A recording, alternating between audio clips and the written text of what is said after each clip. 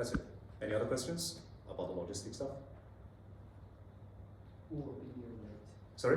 What will be your rate? Probably more even, like 30, 30, 40, or some adjustment based on that. Yeah, okay. Attendance, I never bothered taking attendance, and there's only 13 or 14 students in this class, right? And I guess I will be able to call your name, okay? I mean after the midterm or something, right? So attendance is probably not that useful, but indeed, you are expected to come to the class, and if you have any trouble in coming to the class, for example, you need to do some internship, or you need to stay home due to health reasons. Let me know, and I might be able to do a Zoom recording, so you will be able to catch up. Okay, and one final thing. There's actually a reason for me to, on the one hand, using the projection and writing on my tablets, and on the other hand, using the whiteboard. Okay, because so this is what I plan to do. So I'm going to focus on writing the keywords and the outlines, the main outlines. Okay, this on my tablet. Okay, and this is going to be recorded. Well, not recorded, but you're going to get a copy of this is the equivalence of the class notes. Okay, after each class.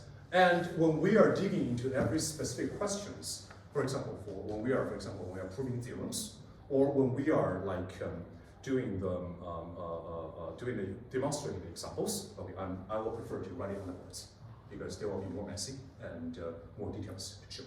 Okay, so after each class, I'm going to upload whatever that I have written on this tablet, and that is going to be a record for the class notes. Okay, cool.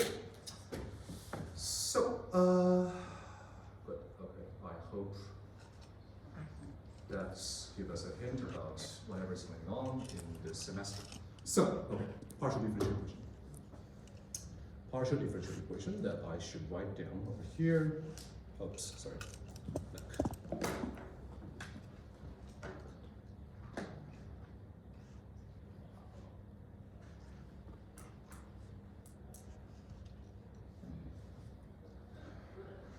Okay, partial differential equations. So, but if we let's say, okay, so this is the same game that I always play, okay, when I'm teaching ordinary differential equations, but it's almost the same for the partial differential equations. So partial differential equations, PDE, okay, PDE, partial differential equations. Let me copy that.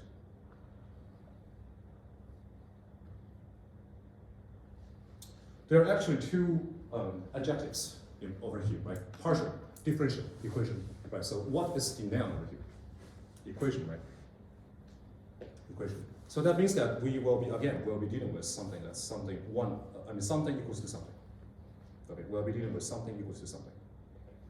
Okay, for example, well, if we are defining in the mathematics, if we're defining something, the best way to define that is to say it loud. What doesn't belong to this category, right? So what is not an equation? What is not an equation? When you are saying something is an equation, you write down math formulas. That's an equation, right? Okay, but what is not an equation? Inequality. Sorry? Inequality. Inequality, very nice. Inequality is not an equation. For example, let's say a minus b squared is larger or equals to 0. Okay, this is not an equation. It doesn't say something equals to another, right? So whenever we are saying that whenever we are saying that we are dealing with equations, of course, there's going to be an equal sign. Well, okay, that should be very straightforward. Second, what does it mean by differential equation? What does it mean by differential equation? Now I'm using, let's say, if we don't look at partial for now. If we don't look at partial for now, what does it mean by differential equation? You have learned ODE, right? What does it mean in ODE for differential equation? There should be derivatives. Very nice. There should be derivatives. There should be, differential equation gives us that there should be derivatives. There should be derivatives. There should be, so, and of course, derivatives. Derivatives is something that's based on variables. See, so that means that in the differential equation, there are always variables and derivatives. And that means that all the differential equations deal with the object that there is going to be a mathematical formula describing the relation between the derivatives and variables, and that equals to something. Okay, that's the differential equation. And since we're talking about variables and their derivatives, that directly means that there are two types, at least two types of variables, right? So, for example, when in your calculus, let's say you're saying, okay, of course, let's say y is a function of x, right? Then you can take the derivative of y, let's say y prime, which equals to dy over dx. Okay. Now my question is the following: is are y and x the same type of variables in this relation? Are y and x the same type of variables in this relation? No, why not? Because y is a function of x, but x is not necessarily a function of y, right? So that makes what? That makes x of what kind of variable? X becomes what type of variable? Independent variable, right? So independent variable.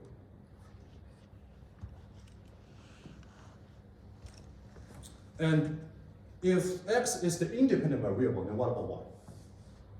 Y becomes the dependent variable because it depends on x. It is determined by x, right? Okay, so y becomes the dependent variable. Okay, so again, two types of variables. I can erase this bracket for now, and I am going to put it here. Okay, here and here. Okay, two types of variables: independent variables and independent variables and the dependent variables.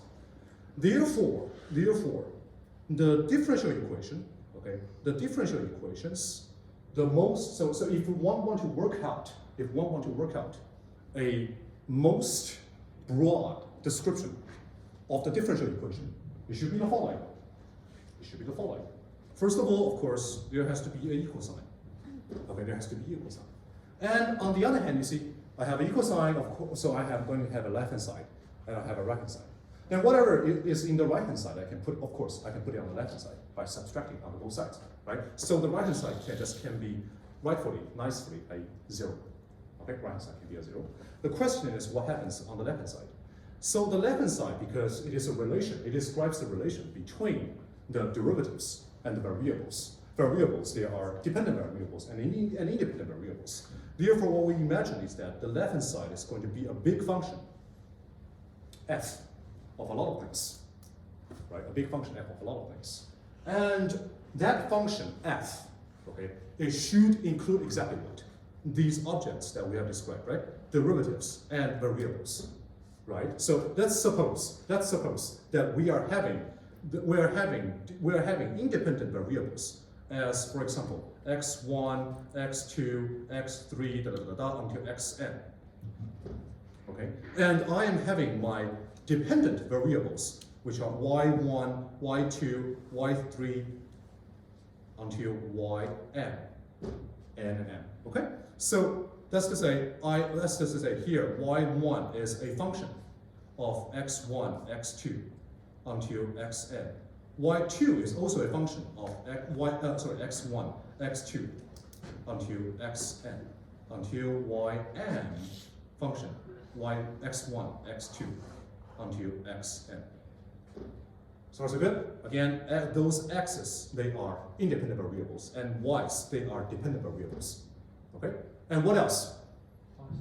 The derivatives, right? We need to put the derivatives inside over here. So the derivatives, so let's say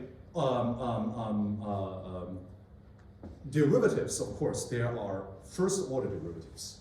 There are going to be first order derivatives. So for example, since you see y1 is a function of x1, x2, and onto xn, right? So what's the first derivative of y1 that you can imagine? Of course, partial y1 over partial x1, right? And then partial y1 over partial x2, and until partial y1 over partial xn, right? Of course, I can continue playing this game. Partial y2 over partial x1, partial partial y2 over partial xn. And how many terms? How many such kind of terms will be there? There are going to be m by n terms, right? Okay. Oh, sorry, m by n terms, because I have m, I have m y's and n x. So the last row is going to be partial y n and partial x1, and until partial yn partial xn. Okay. So all these. Oh, now I know why there are two red lines on my screen, because these are the boundaries. Okay, cool. Yeah. So all these kind of terms, they have something in common, right? They are all derivatives. What kind of derivatives are they? They are all They are all the first order derivatives, right? They are all the first order derivatives. And of course, there are first order derivatives, and there are second order derivatives, and third order, fourth order, higher order derivatives. So for all these things, let me call it as the higher order derivatives over here. Which means that actually the possible participants of this equation, the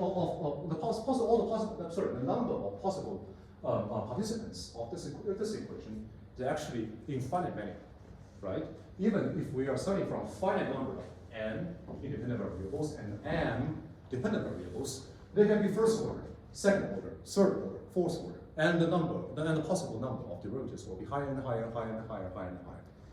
Okay, and well, finally, partial. Well, okay, what's the difference between this type of equation and the ordinary differential equation that you have already learned? Sorry, the number of what? Okay, the number of independent variables. So in the, okay, then, yes, okay, so the number, well, in ordinary differential equation, what's the number of independent variables? Sorry, there's only one. Usually there's only one, right? There might be many dependent variables. For example, and the ODE group that you must have learned, which is, I'm going to write it down over here. For example, let's say dx1 over dt, right, equals to f1, x1, x2, until xn, dx2 over dt equals to f2, x1, x2, until xn, and so, and here I'm having n such kind of things. Fn, x1, x2, until xn. Okay, how many dependent variables are there? How many dependent variables are there? Dependent, not independent. How many dependent variables are there? N. There are n dependent variables only, but only one, right? Only one independent variables. What does that mean? What does it mean? That means that my x1 is a function. Indeed, it's a function. But it's a function of only what? Only t. x2 is also a function of only t. xn is also a function of only t. Which means that x1 can be completely, usually completely represented by a curve, one-dimensional curve. Okay? So are x2, x3 until xn. However, if we are generally talking about, you see, this is the key difference, right? Generally, if we are talking about n such dependent variables that are described or that are completely determined by not only one independent variables, but actually n independent variables, that means that my y1 is what kind of function? An n-dimensional function. My y2 is also an n-dimensional function. So as yn. Okay, they are all n-dimensional functions. And why do we say that this makes the partial differential equation? Well, okay, so then of course, that's why we are calling this kind of equation to be partial differential equation, not ordinary differential equation, right? Why is that? That's just because we're having, this is what kind of derivative? This is a partial derivative, right? This is a partial derivative. So of course, partial differential equation. Now we have completely explained the name of partial differential equations, okay, for our study object. Okay, so then another piece of very important information in mathematics is that why, okay, question, okay, why partial differential equation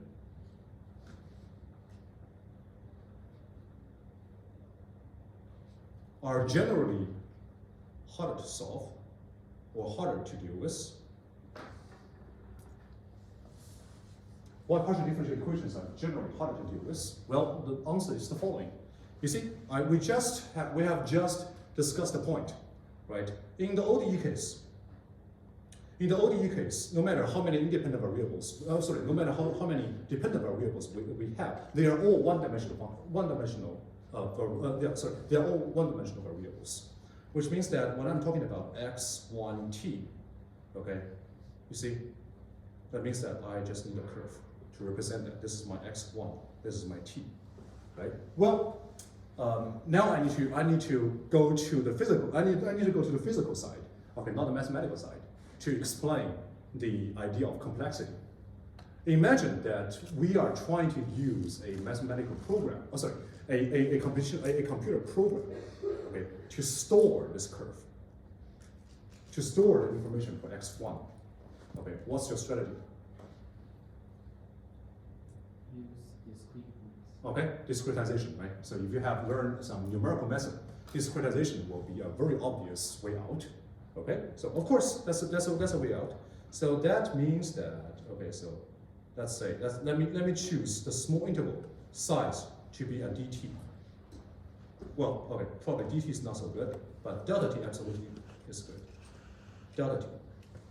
Okay, so what we can do is that I'm going to cut the t-axis into many small pieces. Right? So this is delta t, delta t, delta t. Every single interval is delta t, right? Okay. Now, what is going into the computer program is the value of x over here. Let me use another color. The value of x over here, and the value of x over here, over here, over here, over here, over here, over here, over here, and so on. Right? This is because of what? This is because the computer programs can really deal with infinite many things. Right? We always have to deal with finite many things in the computer programs. Okay. Well, so that means that let's say if I am if the whole length, okay, if the whole length is 1 over here, okay, this is 0 and this is 1, and this is my delta t, the size of the interval, small interval is delta t. So how many points do we need to store in the computer program? It should be 1 over delta t, right? It should be, I need 1 over delta t number of points. Okay, so far so good. Now let's say we are dealing with, let's say, 2-dimensional variables. Now, okay, now my x1 not only depends on t, but it also depends on another variable that's called s. Okay, so which means that now I need to deal with a 2-dimensional. Okay, so this is my x1, this is my t, this is my s. Now, let's say I'm dealing with a unit. The unit length on 1-dimensional space is, let's say, an interval of 1, right? Then the unit space on the 2-dimensional space is going to be a 1 by 1 square, 0, 1, 0 to 1. Okay? Now let's say similarly I am taking delta t. I'm taking delta t as an interval. Now what kind of, so first of all, how do I discretize everything over here? I actually need, instead of one-dimensional grid, now I need a two-dimensional grid to cover the whole square, right? So which means that I need this and this, right? If each of the lengths is delta t, then how many points do I need to store? Okay, it's going to be 1 over delta t squared. Now I need 1 over delta t squared number of points to store all the information. Okay, so again, that's not a formally a answer. Okay, that's not a formally a answer, but it somehow addresses this question: why partial differential equations are harder to deal with? Simply because there's extra dimensions to deal with. Well, actually, if we expand this intuition for a little bit, let's say for 2 dimension, I need 1 over delta t squared. So 3 dimensions, how many points do I need? Cube. Generally, for n dimensions, I need n times. So you see, the number of points, if I again draw another, let's say the x-axis is my dimension, okay, which is n, okay? My x-axis is the dimension. And the y-axis is the number of points we need. It's the number of points we need. Then initially, it is a, what? It is, let's say, 1 over delta t. 1, 2, 3, 4, da da da da. Okay, initially it is 1 over delta t. And then after that, it is going to be 1 over delta t squared. It is going to be 1 over delta t squared. And this will grow up. Oops, I probably have drawn the 1 over delta t squared to be too high. Okay, which I don't like it to be like that. Okay, so that's probably over here. Okay, then what you're going to see is that this is going to be a exponential function. This is going to be exponential for a function, and which means that when the dimensionality goes up from 1 to n, the number of points that we need will grow up exponentially, and that is usually called in both mathematics and data science is the curse of dimensionality. The curse of dimensionality. Or more in abbreviation, COD.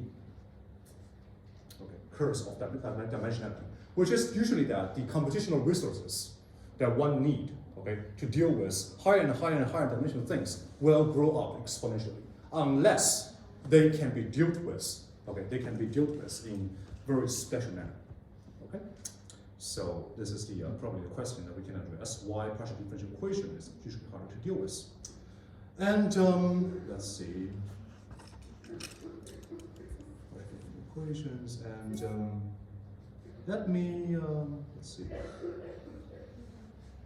Yes, and in order to get rid of the mystery, okay, in order to get rid of the mystery of the partial differential equations, why don't we just simply write down a few examples? Okay, so now a few examples.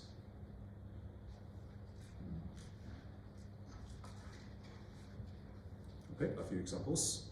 Well, the easiest one. Okay, so can you imagine?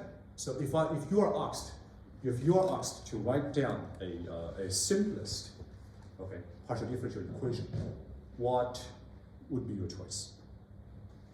Imagine a simplest partial differential equation. What are you going to write down?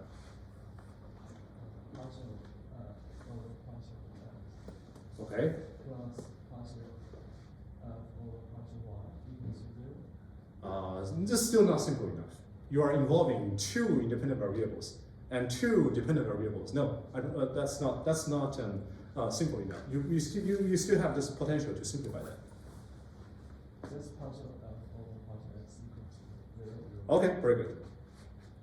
Let's say partial. Well, you are using f. Let's say because we'll be dealing with u. Okay, we'll be dealing with u a lot in this class. Let's say u. Okay, partial u over partial x equals to 0.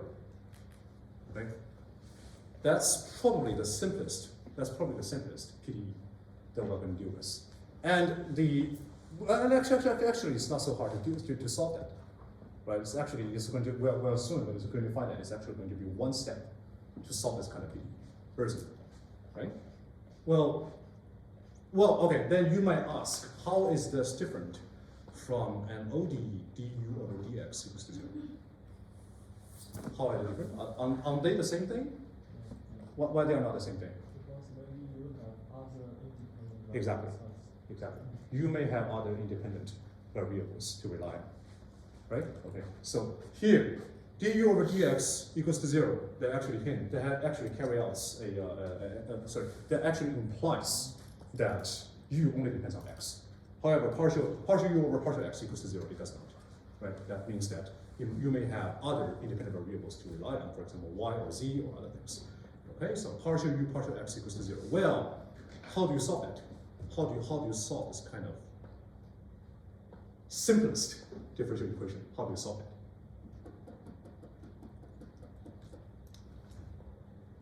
How do you solve it? What do you mean? What does it mean by partial u partial x equals to 0?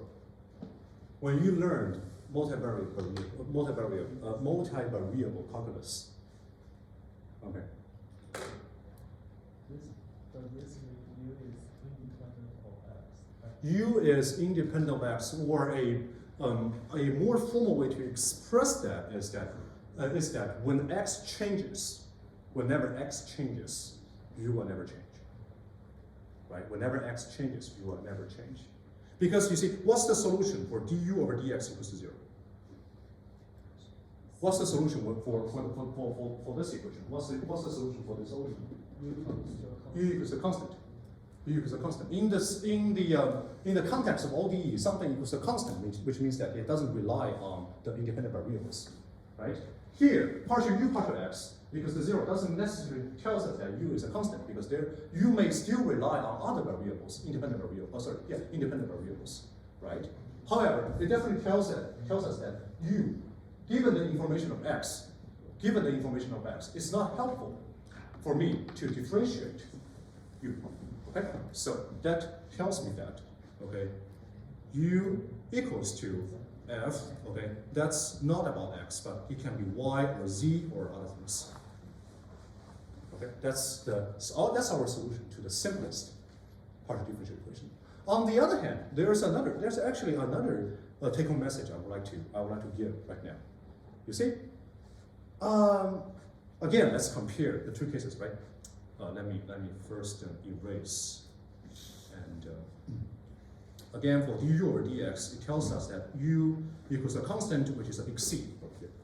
And here, partial u over partial x equals to 0. That means that u is a function of, it can be a function of anything, but definitely not x, right? It can be a function of y, z, w, anything but not x. Okay, so the question is that, you see, for an equation, whenever that we are trying to solve an equation, we are interested in things like how many solutions are there, or at least how do we construct the solution, or the structure of the family of the solutions. Right, that's what, for example, in the one variable in the quadratic equations, usually there are two solutions. Sometimes there are one, sometimes there are none. Right? So question number one is that how many solutions are there for this ODE? One, two. You find it many, right? Because it can be literally anything. Right? So another question is that how many solutions are there? How many solutions are there for the partial differential equation? Okay. Now the question comes: does that mean that they have the same number of solutions? Does it mean that the PDE that I write down on the left has the same number of solutions of the ODE that I write on the right? Do they have the same number of solutions? No. Usually the answer is no. Okay, but that actually, this is a side topic. This will be related to the real variables if you are interested in. Okay, which is that there are many types of infinities, but some infinities are larger than the other infinities. Okay, okay. So indeed, that also tells us that, you see, the number of solutions for the partial differential equation is larger, and the structure of the family of the solutions for the PDE will be more complicated. Okay, so this is again another take-home message I would like to present over here, right? Okay, usually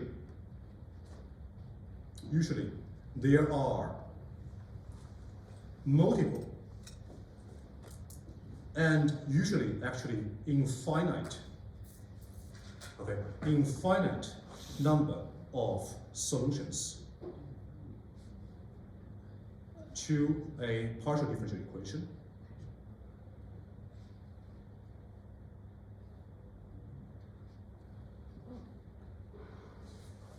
And with a bigger highlight mark is that if we don't specify the initial condition, or, oh well, okay, so probably the initial condition is not a very good word.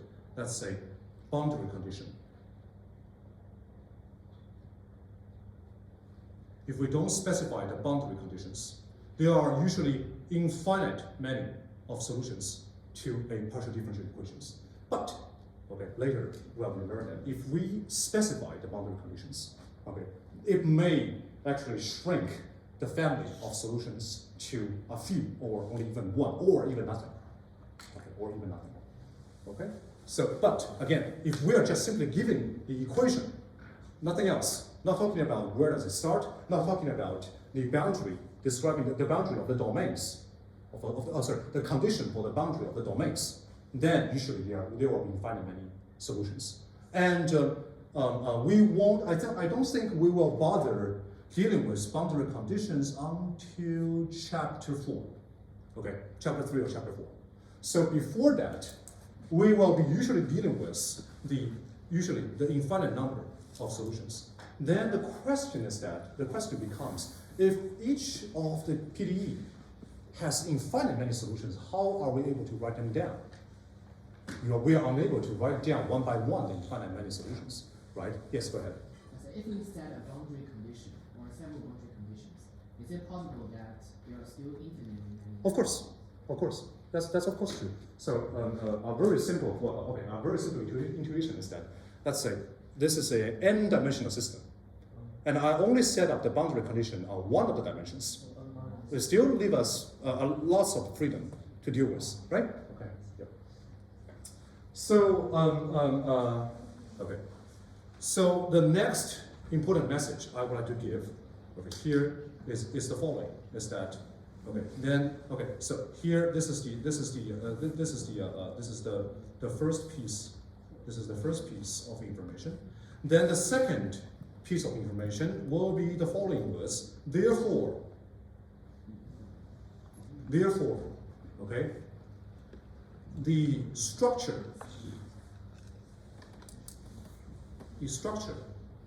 of the family of solutions would be vital.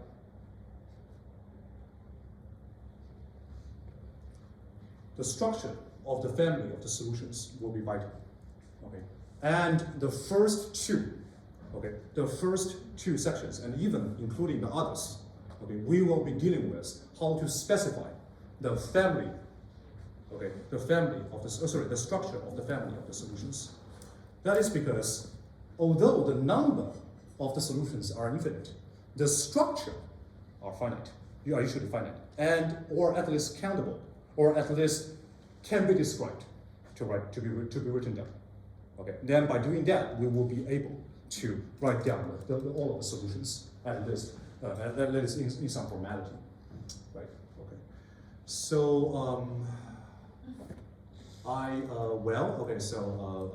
that actually concludes the first half of what I have prepared. So actually, the next topic I would like to get into is the linearity. linearity. Okay. And sorry, let me erase this.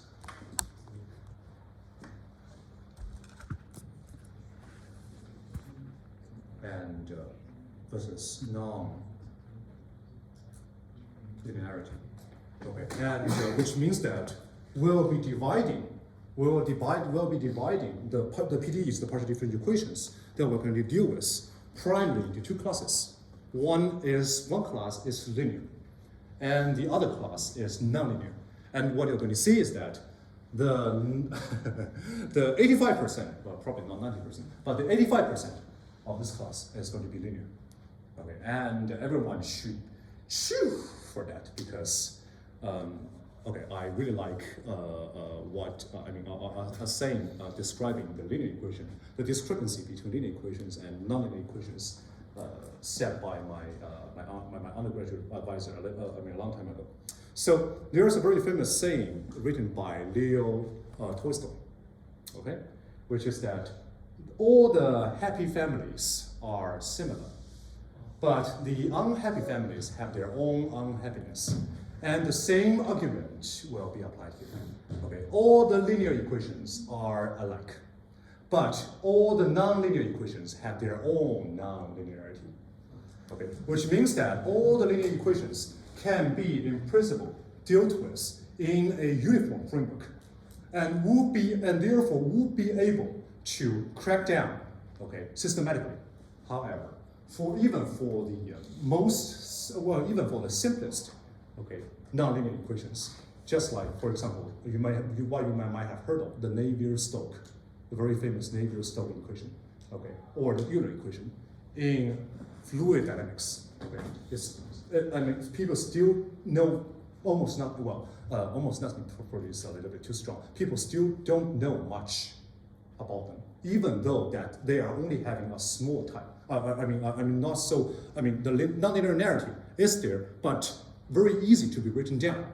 But still, people are unable to completely compute it or analyze it. Okay, so I will be. Why don't we take a 5 minutes break for now, and I am going to devolve into the linearity versus nonlinearity in the next half of the class. Okay.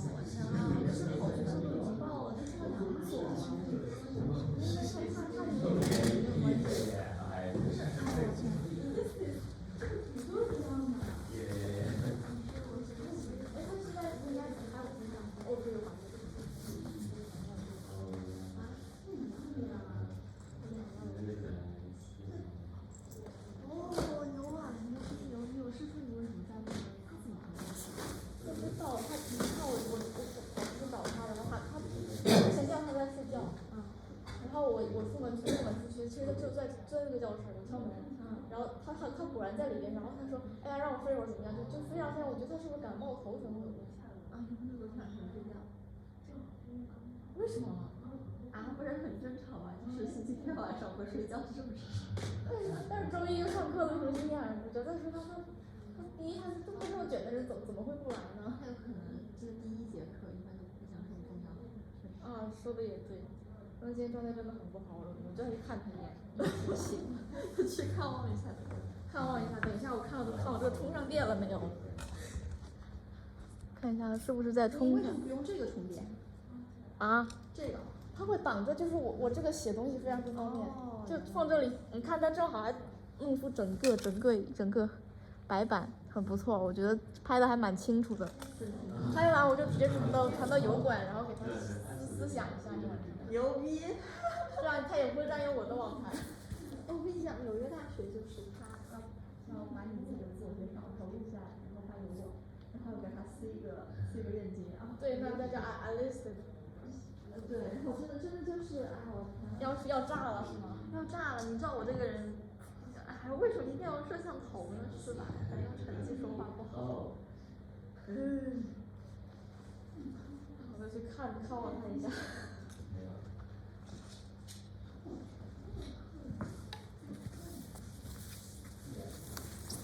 在哪来着？就在302。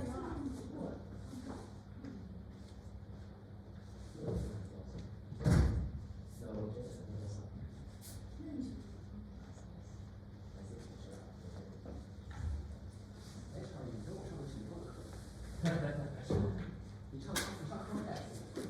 yes。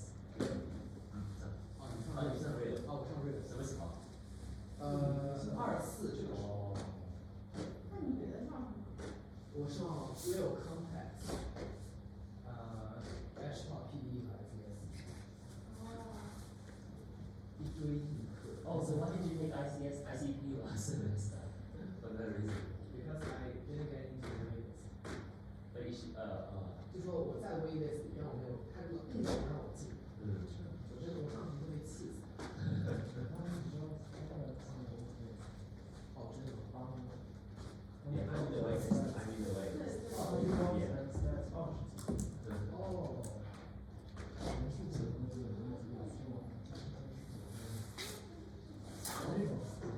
就说明就是今天上的很多人想要。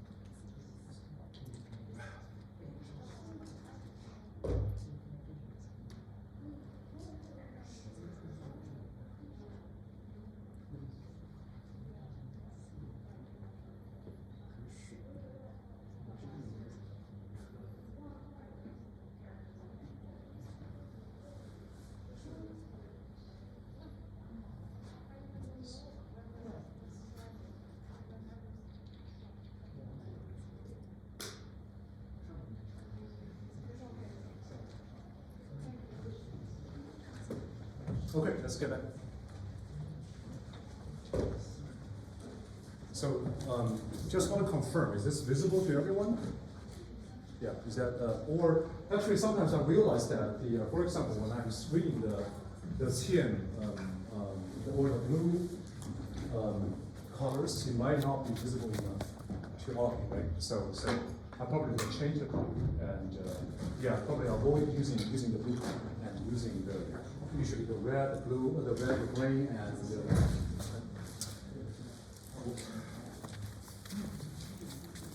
yeah. So we'll be talking about the linearity and the non-linearity. This actually, I wonder if your ODE teachers have already discussed that. Have you been through that kind of discussion on your ODE class? Yes or no? For how many yes? Raise your hand. 1, 2, 3. Okay. Almost everyone. So we can just go through the very basic concept real quick, right? Okay. So now I'm just going to write down. First of all, I'm going to write down some terms, and you tell me that's linear or non-linear, right? So for example, let's say x. Is it linear or non-linear? Let's say with regard to x, is it linear or non-linear? It's linear, right? Well, and now let's say 100x, still linear, right? But x squared, is it linear or non-linear? Not linear, right? Okay, and of course, square root of x, that's also non-linear, okay? Well, now let's say we are now getting into the domain of variables, of dependent variables and independent variables. And what I'm now asking you to do is that to judge if certain term is nonlinear with respect to the dependent variables. Okay, and I am now going to specify that what are the dependent variables. Let's say u and v, they are dependent variables. And what are the independent variables? They are, let's say, x and y and z. Okay, now I'm going to write down some terms and you tell me if they are they are linear or nonlinear, only with respect to the dependent variables. What does that mean? That means that, okay, let's say x squared. Now is that linear or non-linear? It becomes linear. I'm only talking about with respect to the dependent variables. Okay, the non-linearity in the independent variables, it doesn't count. Okay, why is that? That is because if something is independent, completely independent, we can almost for sure always using the change of variables, okay, to get rid of that non-linearity. Okay, so that's good. So again, the example is that x squared is not counted as non-linear. And let me give you another example. Let's say xu. Should that be linear or non-linear? Okay, for those saying non-linear, raise your hand. For those saying who thinks this is linear? Okay, almost all of you, right? It is linear. This is linear. Again, this is linear with respect to dependent variables. Because of what? There's only one u, right? There's only one u over here. And what about, let's say, what about u squared? Is that linear or non-linear? It's clearly non-linear. Again, it's non-linear with respect to the dependent variable.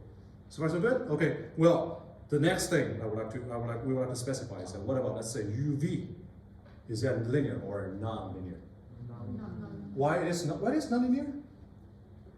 It is linear with respect to u, and it's linear with respect to v.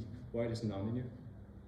It is non-linear because again, we should consider all the dependent variables at the same time, right?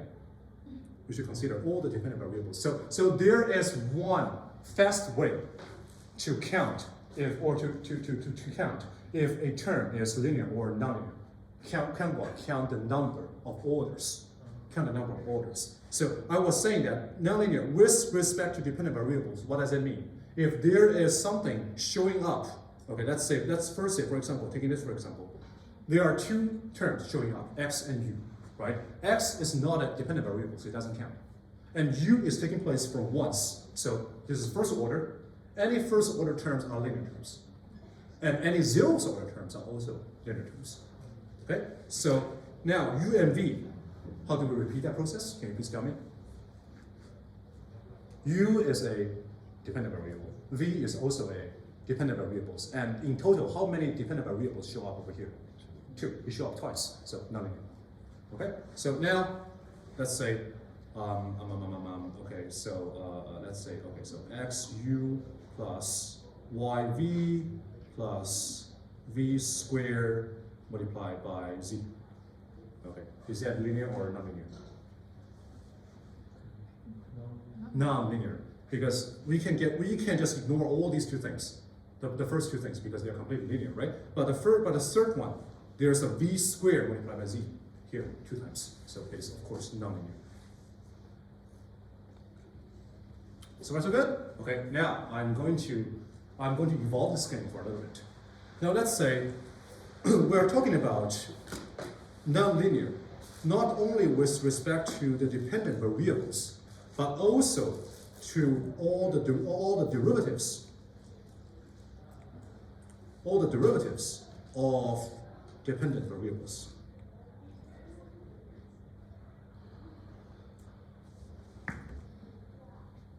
Okay, all the derivatives of the dependent variables, which means that now the derivatives, when we are counting the nonlinearity, the derivatives of the dependent variables, they have the same status of the dependent variables themselves. So far so good? Okay, so now let's say, x multiplied by ux, which is the partial derivative, okay, so probably you might not be familiar with this. So let's say x multiplied by partial u partial x. Is that linear or nonlinear? Linear, right? Again, x is independent variable, so it doesn't count. Okay. Now x, y, z multiplied by partial u, okay, partial x, partial y. Is that linear or nonlinear?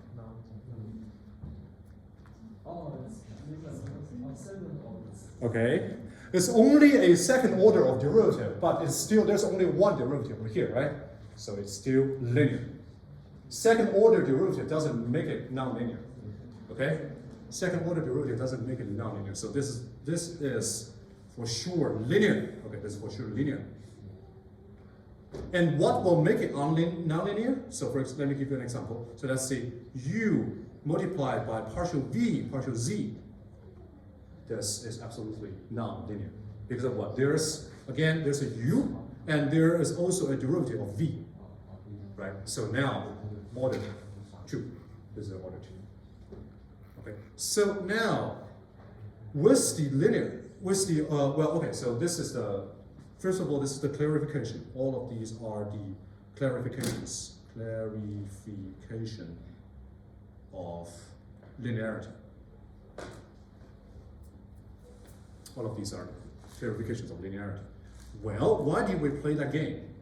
Why did we play that game? Okay, so now we can classify all the possible partial differential equations into two classes: non-linear PDEs and non-linear PDEs.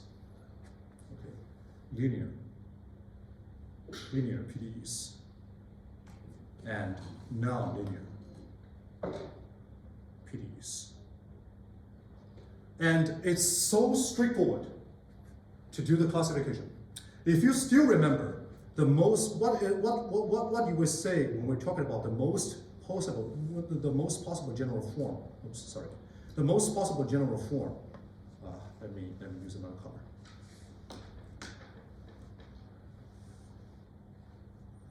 Oops. The most general form of PDE is this, right? I have a big function f. It is a function of all the independent variables, all the dependent variables, and all the possible derivatives. Okay? Now, let me copy, but not exactly copy, that over here. So let's say I'm having the same f. Okay? I have the same f. I have the same f over here, and it includes all the independent variables, iv. Okay, and the independent. Sorry, let me do this. Okay, it includes all the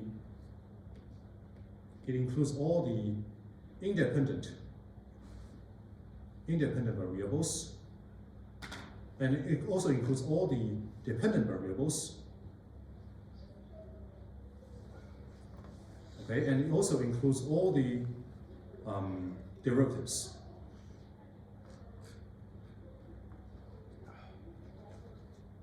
Okay, it's so straightforward to tell if this PDE is linear or nonlinear. It all depends on if this function f, if that is a linear function with respect to the dependent variables and their derivatives or not. Okay, that's to say, if this function f is a linear function with respect to the dependent variables and their derivatives, then this equation, this partial differential equation, is a linear equation. If f is a nonlinear equation, if f is a nonlinear function with respect to the dependent variables and their derivatives, then this is going to be a nonlinear PDE.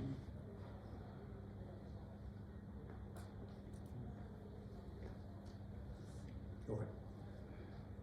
That's very straightforward, right? Okay. So now I'm going to I'm going to write down some examples on the book, and you tell me, okay, if that's linear PDE or nonlinear PDE. Okay. So okay. So now examples.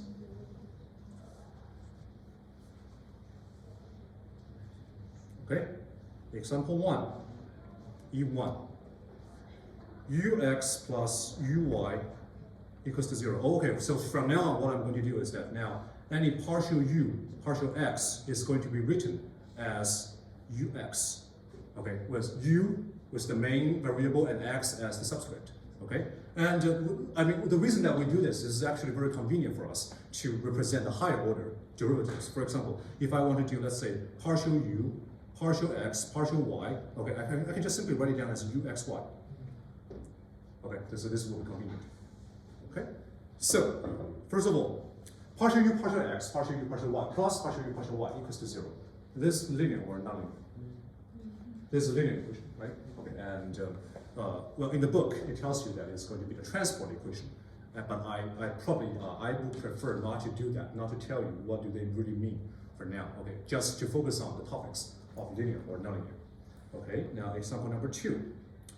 Ux plus, well, y uy equals to 0.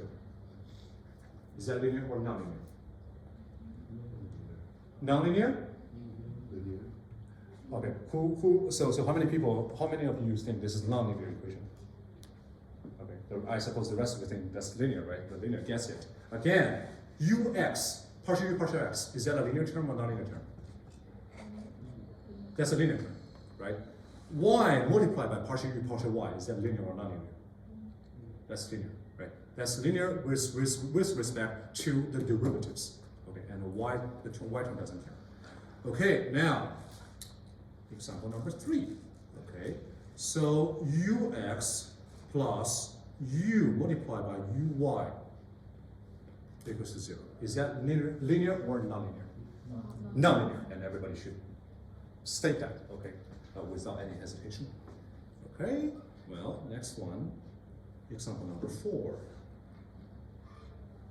The second order partial derivative uxx plus uyy equals to 0. Linear, nonlinear? Linear. Okay, now, okay, you can't be fooled right now, aren't you? Okay, so now E5. Okay, so UTT, well, T is another independent variable, okay, just for time, in most of the time, okay. UTT minus UXX plus UQ equals to 0. Linear, nonlinear? Why is nonlinear? There's a UQ, but if I get rid of the UQ, what does it become? It becomes a linear equation, right? There are so many, and let me do one last thing. So let's say E6, well actually it's E7 on the book, but let's say UTT plus UXXXX, which is the the fourth order of derivatives, partial derivatives of x, okay, equals to 0. Linear or nonlinear? Linear. Right, again, although I have so many t and x over here, they only count as order 1 as derivative, right? Okay. Okay, very nice. So this is the now we know very clear about the linear PDEs and the nonlinear PDEs. Okay. Now, but we can't help wondering one question: why this topic is so important, right? Why do such kind of classification? Why linear? Why we would like to pick up all the linear equations and deal with them in a way that in a very systematic way, and let the rest of the nonlinear PDEs stay alone for a while. Why do you want to do that? Well, okay, so, and the answer I can directly give you over here is that all of them because of the linear algebra.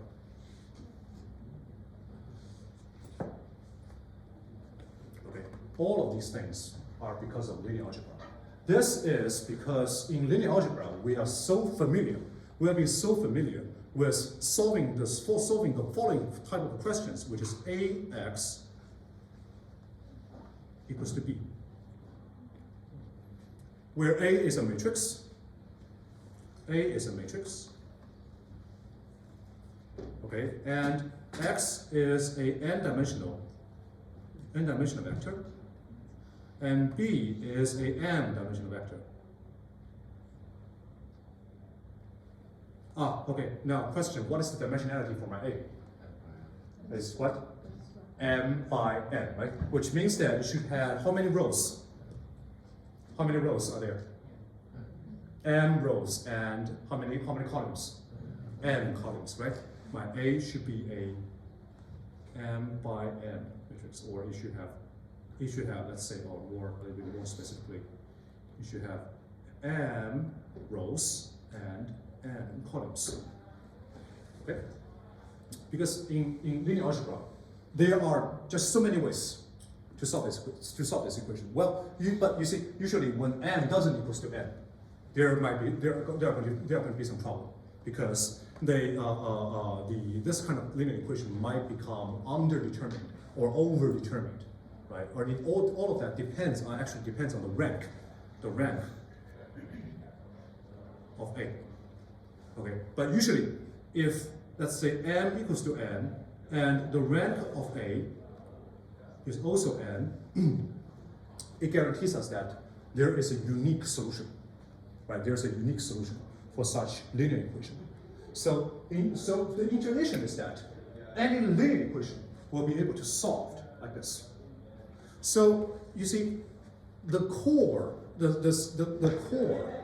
of the system that deal with the linear PDE is that if we could, in some way, to rewrite this PDE into a linear equation, then we're done.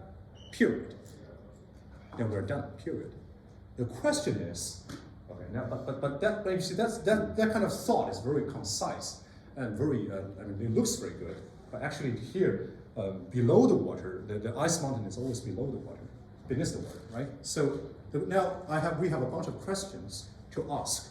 If I really want to rewrite a linear partial differential equation into a linear algebra problems, then you see, in the linear algebra problems, we're dealing with vectors. We're always like projecting one vector to another vector. If we're always dealing with the vectors, first of all, how do I rewrite? But you see, what kind of PDE do we do? What kind of objects do we deal with in PDE? We're dealing with functions. We're dealing with multivariable functions. So you see, now let me write down another comparison, another table for comparison, right? So everything on the left is going to be about the PDE. Okay, everything on the right is going to be the linear equation or linear algebra. Linear equation or linear algebra. You see, our goal over here is to relate the partial differential equation with the linear equations or linear algebra. If we can do that, then we're done. If we can do that, then we're done. Okay? But there is a lot of undetermined equations, undetermined questions that we need to answer. The first thing is that, again, what are the basic objects that we study in linear algebra or linear equations? So how many objects are here over here? There are three objects: A, X, and B.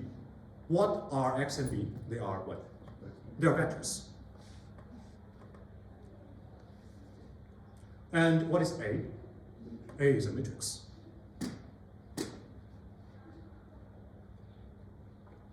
Okay, now you see, here we have seen so many, so these are also equations. They are PDEs, they're also equations. Now, how many objects are here? How many objects are in these equations? So first of all, what is U? So you see, for an equation, when we are trying to get answer, we do what? We just solve the equation. What are the solutions to the equations? They are like U equals to something, right? What is U? First of all, what is U? Function, usually multivariable functions, right? So, functions. Functions. So you see, here is the first problem that we need to deal with. How do we relate functions to vectors? How do we relate functions to vectors? Right, that's question number one. Second, you see, in the linear algebra problems, there are matrix. Matrix is always doing what?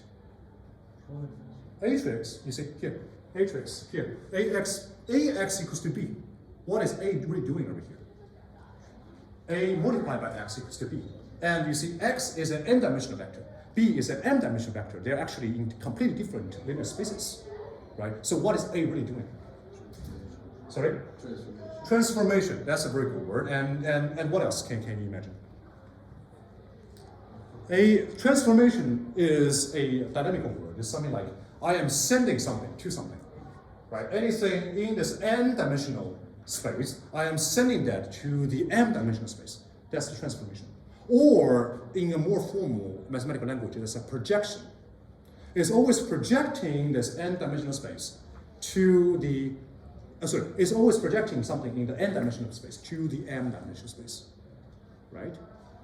That's called a projection or a mapping, mathematically. Well, what is serving that goal in the partial differential equations? What is serving that goal in the partial differential equations? Okay, that might be a little bit hard to interpret, right? But what if I do something over here? Let's say what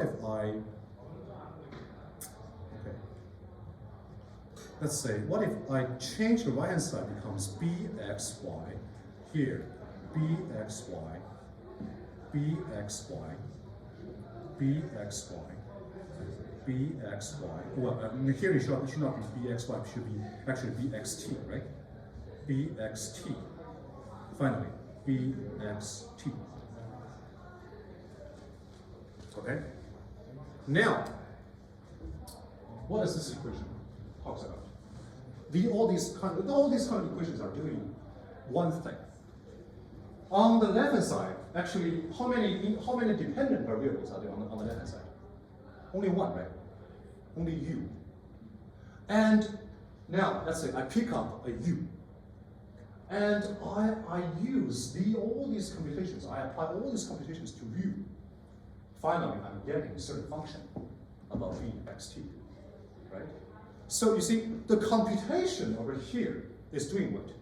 They are exactly sending the u that I have selected to my target, bxt over here. Just like what we have done in the linear algebra equations, right? I can arbitrarily select my x. And the matrix A is always sending this x to what? To a n-dimensional vector, B, right? Okay, so we are going to call these differentials, first of all, taking the derivative, okay, so let me put it this way. So let's say, if I want to, so for example, in my example number 1, if I want to finish the computation, how many steps do I need to take? If I want to finish the computation on the left-hand side, how many steps I need to take? I select my u, and then what? First of all, take the partial derivative towards x, that's one step. And then what? Take the partial derivative of y, that's 2 steps. And then what? Add them up, 3 steps. After these 3 steps, I obtain my bxy. Right? After those 3 steps, I obtain my bxy. What else? What about me, my example number 2? First of all, and you do what? Take the derivative towards x. And then I take the derivative towards y. But there's an extra step. I need to multiply the u dy as the uy with the y. And then I combine them up. These are computations. After I'm done with all these computations, I can obtain my right hand side, bxy, bxy, or bxy, or bxt, bxt. It is exactly these computations.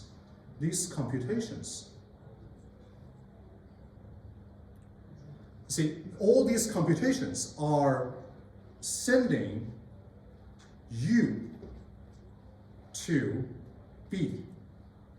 right? These computations, you see, these computations can be programmed. They can be carried out systematically, right? They can be proven. I can select arbitrary u, and but I'm always doing exactly the same types of the computations again and again, again and again, again and again. And after I'm selected, after I have selected my u, these computations will always guarantee me to arrive to a certain b, of course different b's, right? So these computations in mathematics we call it as operator. Okay, operator. And since there are derivatives inside, they are always called as differential operator. Okay, differential operators. These differential operators, they can be expressed as the follows.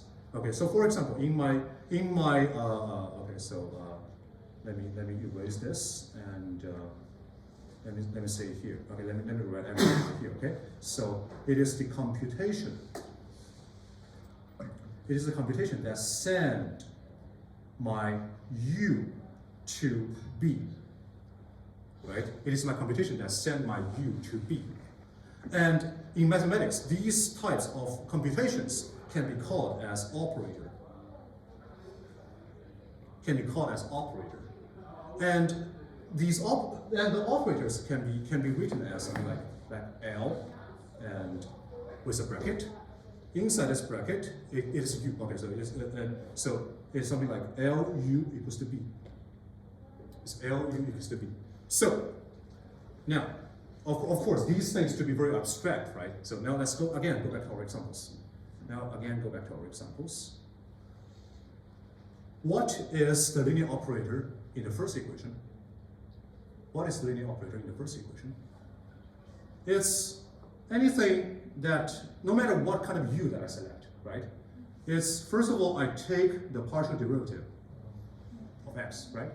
And then I take the partial derivative of y, right? And then I add them up.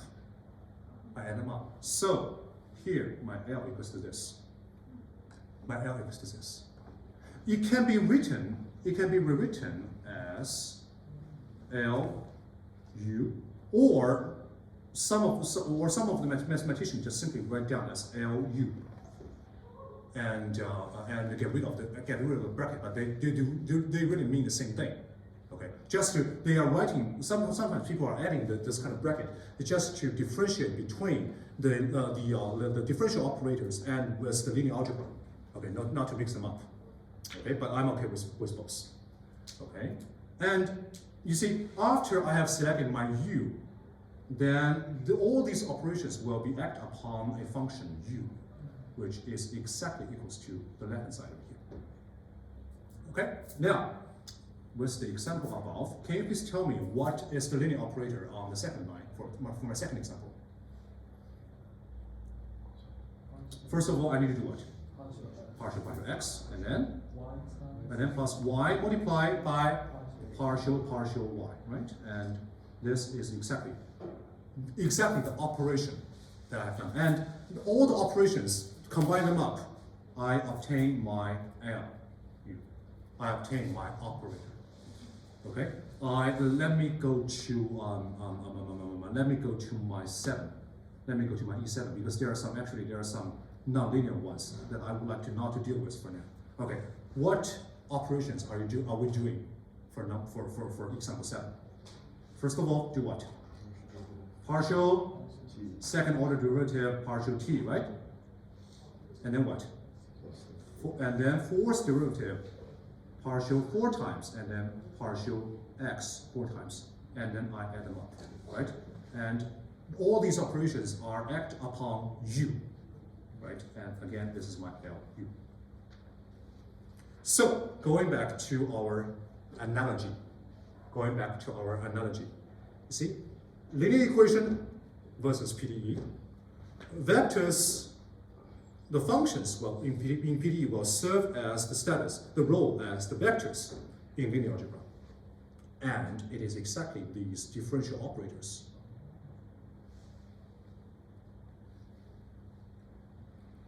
It is exactly those differential operators that serve as the role of matrix in linear algebra.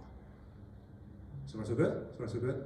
This is indeed a little bit hard to digest, but I assure you this is necessary if we really want to get onto the level of dealing with the linear PDE in a systematic way. And not every teacher gives class in this way, but I hope this is more or less intuitive for us all to have a higher angle, to have a higher level of perspective, okay, to view into all the following problems that we're going to deal with. Okay? Well, you see, when we are trying to when we are trying to solve such kind of linear algebra problems, ax equals to b, okay, what kind of things can you just do a very quick brainstorming and tell me what kind of objects will we refer to when we try to deal with ax equals to b, when we try to solve that kind of linear algebra problem? What kind of properties or objects are we dealing with when we're talking about a matrix? Inverse. Sorry? Inverse. Say it again? Inverse. Invert. Okay, very nice. Invertible. So now I am just completely following your following the objects raised by you. Okay, you tell me, you give me an example, okay, in linear algebra, and I tell you what is its correspondence, okay, in the PDE. Okay, what was the word? Invert, right? Or invertibility.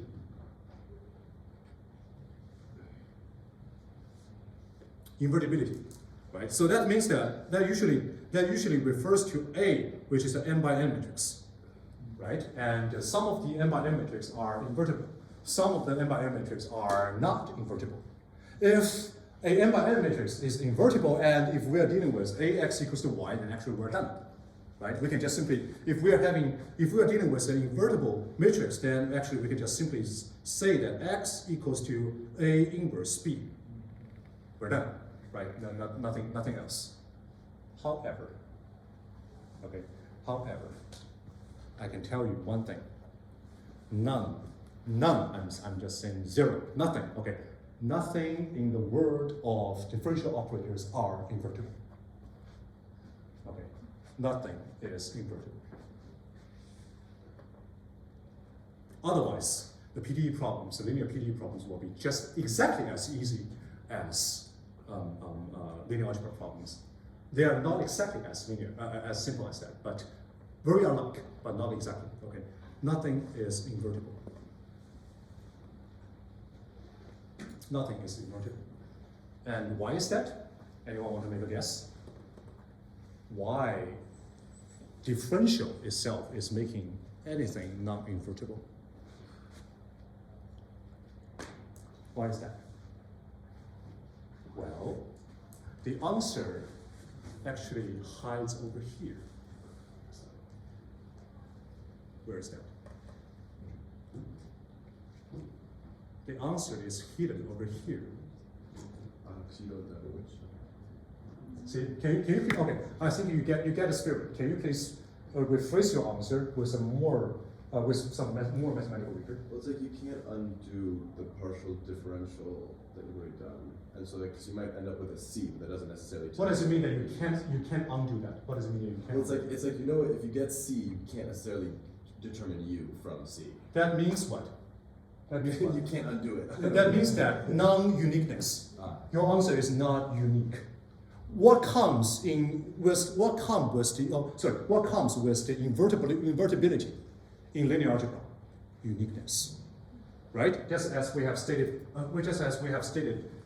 below, right? In the below, right? So ax equals to b. Okay. If A is invertible, then we absolutely have an answer, which is that x can only equals to one thing, which is A inverse multiplied by b. This is unique.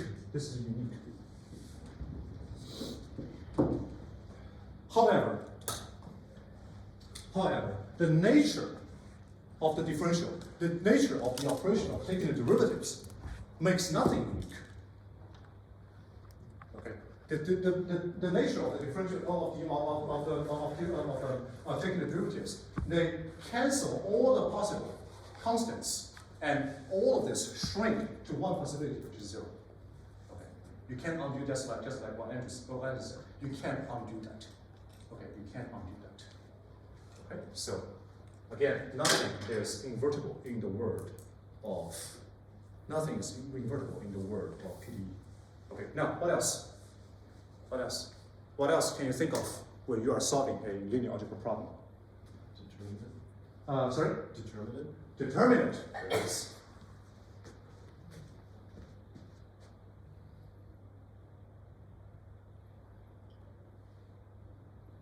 Okay, determinant. That's actually a very good word that I would like.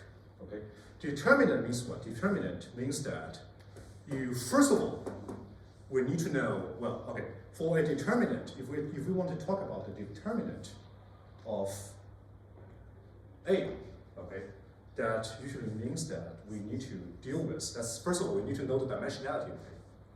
Secondly, we need to know what? We need to know all the entries of A. We need to know that the determinant, probably better for me to write it down outside. The determinant of A, okay, which is written as A here, like A11, A12, until A1n, AM1, until ANN. Okay, the determinant.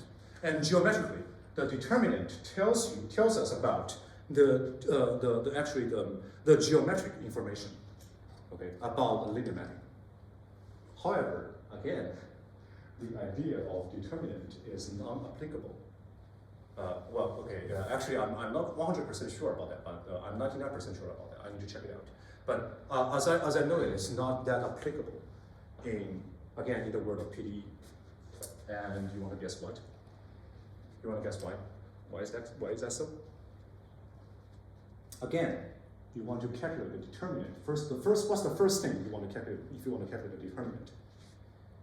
You need to know what is the dimensionality. I need to find the dimensionality n, right? But you want to make a guess. What is the dimensionality in PDE? It's usually infinity. Okay, the dimensionality. Okay, the dimensionality of a linear operator L. Okay, is usually infinite. It's usually infinite. Again, why is that? Okay, why is that? Let me give you an example. So you see, let's again just look at. Let's not say partial derivative. Let's say ordinary derivatives. Okay, again d over dx. So dx over dx equals to what? Equals to 1, right? d1 over dx equals to what? Equals to 0. And what input is going to give you x? If you want to do a derivative, what kind of input will give you x? Okay, x squared over 2. X squared over 2. Well, okay, so let me say this square over 2, let's say. Okay, x squared over dx is going to give you 2x. Right? What input will give you x squared? X cubed will give you x squared, right? Okay, dx cubed over dx equals to 3x cubed. Do you see the trick? You see, this dimension is made up by 1, something that's called 1. And this dimension is made up by something that's called x. This dimension is made up by something that's called x squared. And so on and so forth, x cubed, x to the 4th time, until x to the n time, It goes on infinitely. Okay? And why each of them are different dimensions? What makes two vectors like in two different dimensions? They are linearly related to each other or not linearly related to each other, right? Can you do a linear operation and then make x to be x squared? Can you do that? No. Can you do a linear operation to make x n time to be 1? Also not, right? So these things, okay, these things, if you can recall from the linear algebra, then we can say that, let's say, for example, if I have a bunch of vectors, let's say b1, b2, until bn, they can be said as linearly independent, right? I think that's the terminology. Linearly independent or linearly dependent, right? Now, what we can tell you is that 1, x squared, x cubed until xn, okay, under the perspective of the space of functions, they are also linearly independent. They are also linearly independent. That's why they make on actually n dimensions. Oh, sorry, actually not n, but n plus 1. N plus 1 dimensions, okay? And this number can goes up infinitely.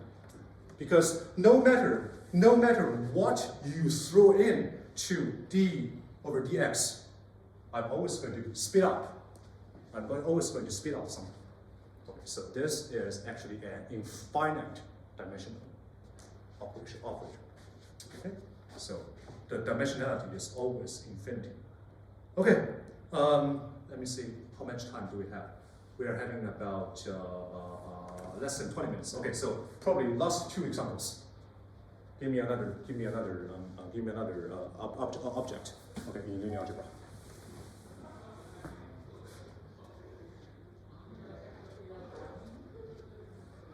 I don't think this one's going to be applicable, but eigenvalues. Eigenvalues and eigenvectors, right? Eigenvalues. I like that because I was actually waiting for someone to mention that. Eigenvalues.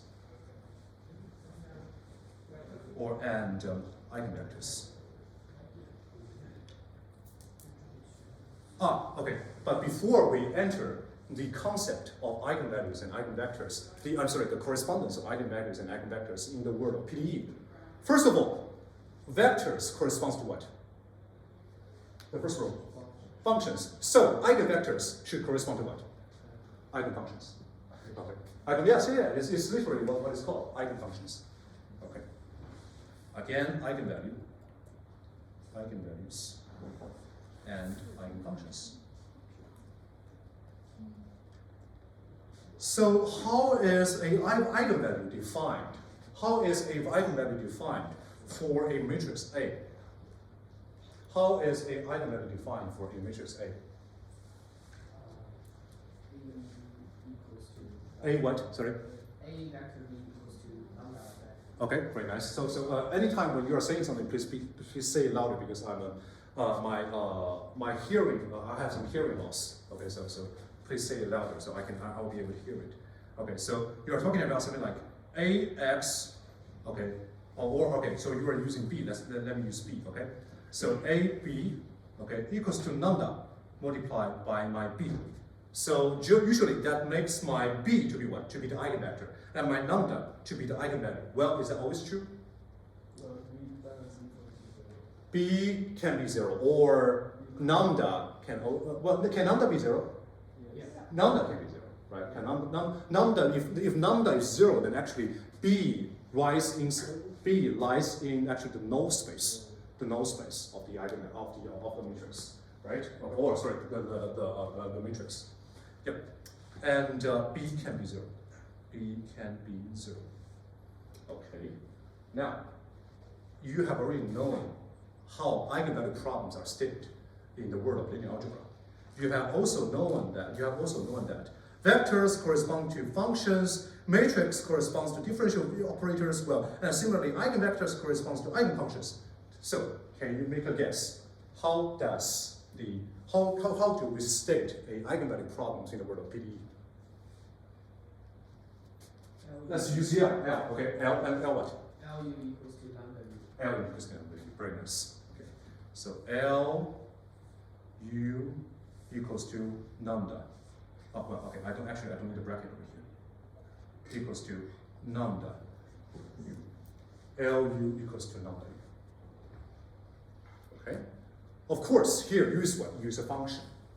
It's a function of 1 variables, 2 variables, multiple variables. L is what? L is a differential operator.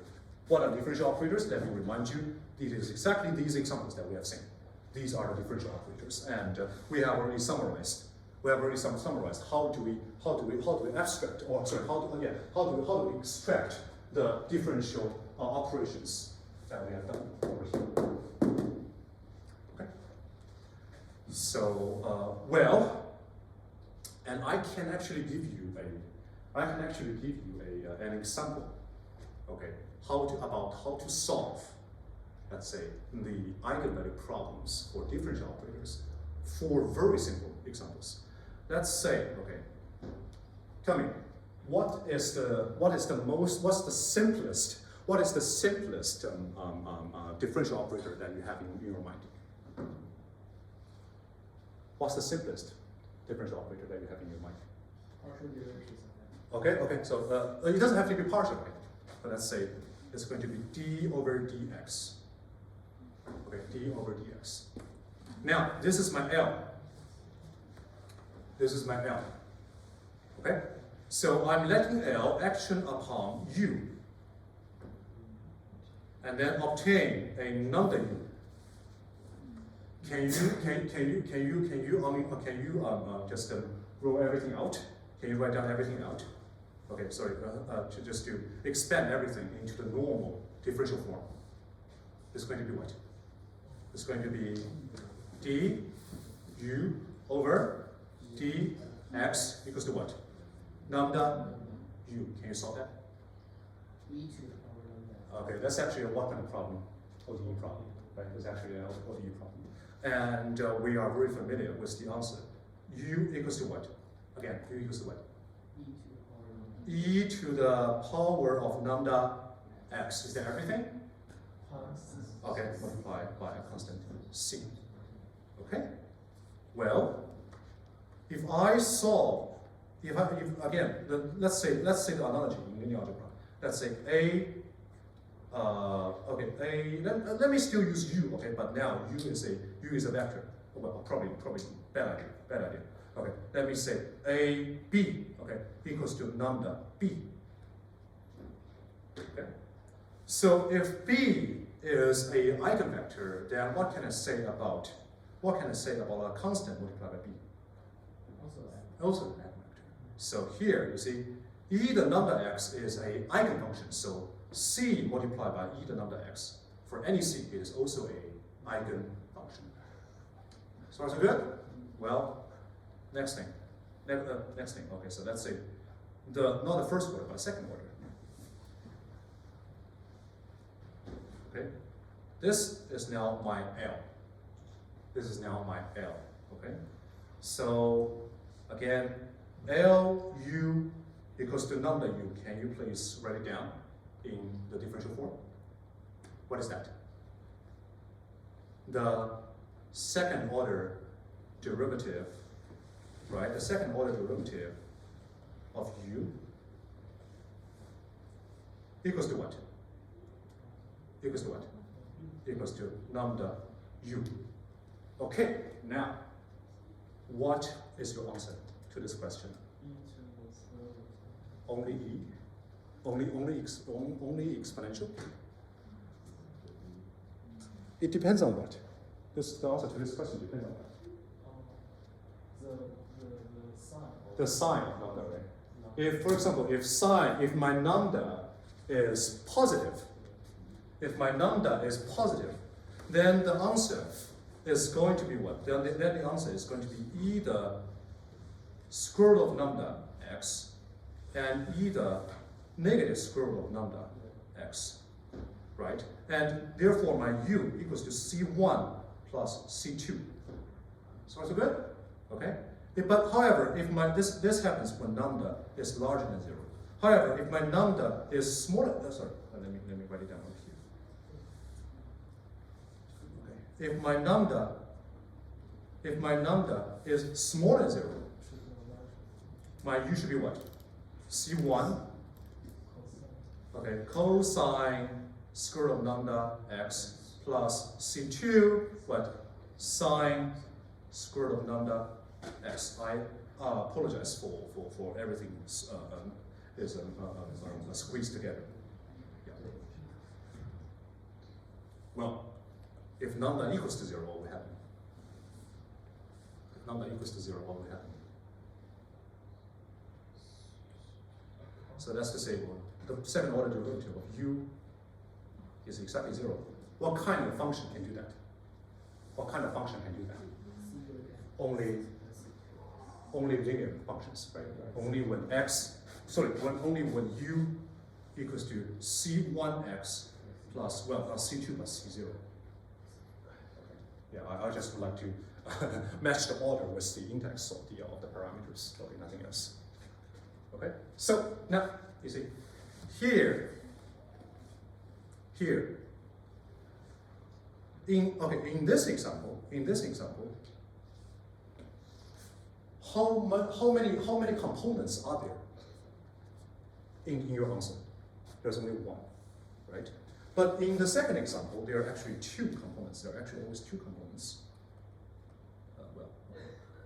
There are always 2 components. So what can I say about the eigenfunction for L?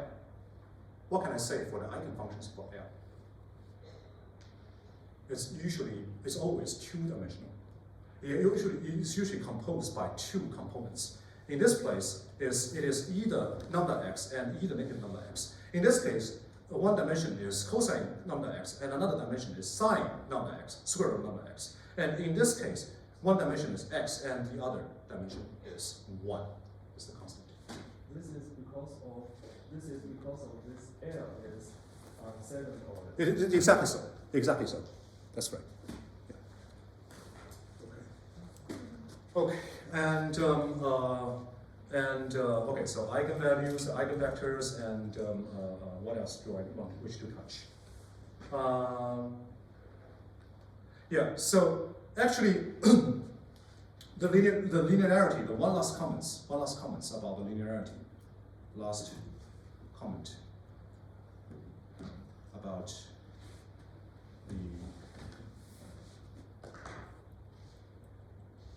one last comment about the linearity. Whenever I'm solving a PDE in the form like LU equals to 0, okay, whenever I'm solving the PDE like LU equals to 0, you see, just like what we have done over here, right? The solution might be composed of several different components, right? For example, we might be able to find that U1 can be a solution, U2 can also be a solution, U3 until let's say UN. They may all be the solutions. Okay? And what we're going to see is that, of course, you see, U1 is a solution, which means that LU1 equals to 0. And U2 is a solution, that means that LU2 equals to 0. What can I say about U1 and U2? U1 plus U2. What can I say about U1 plus U2? It's also a solution, right? It's also a solution because LU1 and plus LU2, due to the linearity, that equals to LU1 plus LU2, which is also, of course, 0. Again, by the way, the whole definition for linearity is the following. Actually, I should write it down at the very beginning, right? Okay, the definition. Let me write down the definition over here. The definition for linearity is that for an operator L, no matter what I give it, no matter what I give it, I always have I always have L A multiplied by U equals to A multiplied by LU. The first rule, constant can come out. Okay, constant can come out. And the second thing is that, okay, as long as A is a constant. Okay, the second one is the addition rule. Which is that L AU plus BV equals to ALU plus BLV. Okay, this is the addition. So, no wonder that we can arrive to this. Okay, right. If I have LU equals to 0, LU1 equals to 0, and LU2 equals to 0, I have that their sum is also a solution. Okay? And you see, since U1 is a solution, that also means that any CU1 is also what? A solution, because LCU1 also equals to 0. because that equals to C multiplied by L U1. Okay, so that means that if I can already found n different components, if I can found n components for the solution, then I can always obtain that then the whole family of solutions can be expressed as C1U1 plus C2U2 plus until Cn Un. Or this is what? This is actually called the linear combination. The linear combination of components. Okay? The linear combination of the components. Okay? So, yeah, so I would like to stop here. And so we have gone through 1.1 today. And in the next class, we'll be getting into the simplest one, the simplest form for the PDE, which is the first order linear equations. Okay, and before that, I strongly urge everyone to at least read 1.1 and 1.2. Okay, in your free time, and especially they are on the actually on page. What is the page number? On page number 4, actually, it actually lists some prerequisite knowledges. Okay, some prerequisite knowledges. And if you are unfamiliar with any of them, please go back to refer to your old notes. Okay. Yes. What's the name of the textbook? Sorry? The name of the textbook? The name of the textbook is the Partial Differential Equations and Introduction to Solution Method. Don't worry, I'm going to, the first thing I'm going to do tonight is to create a bright space for everyone and then upload the textbook. It should be available, actually publicly available online. Okay, so that should not be a problem. And I am not up with my mind. I have not fixed my mind if we should have a homework or not. So stay tuned. Okay, in the first week. Okay, thank you everyone for coming, and class dismissed. I will see you everyone on Wednesday.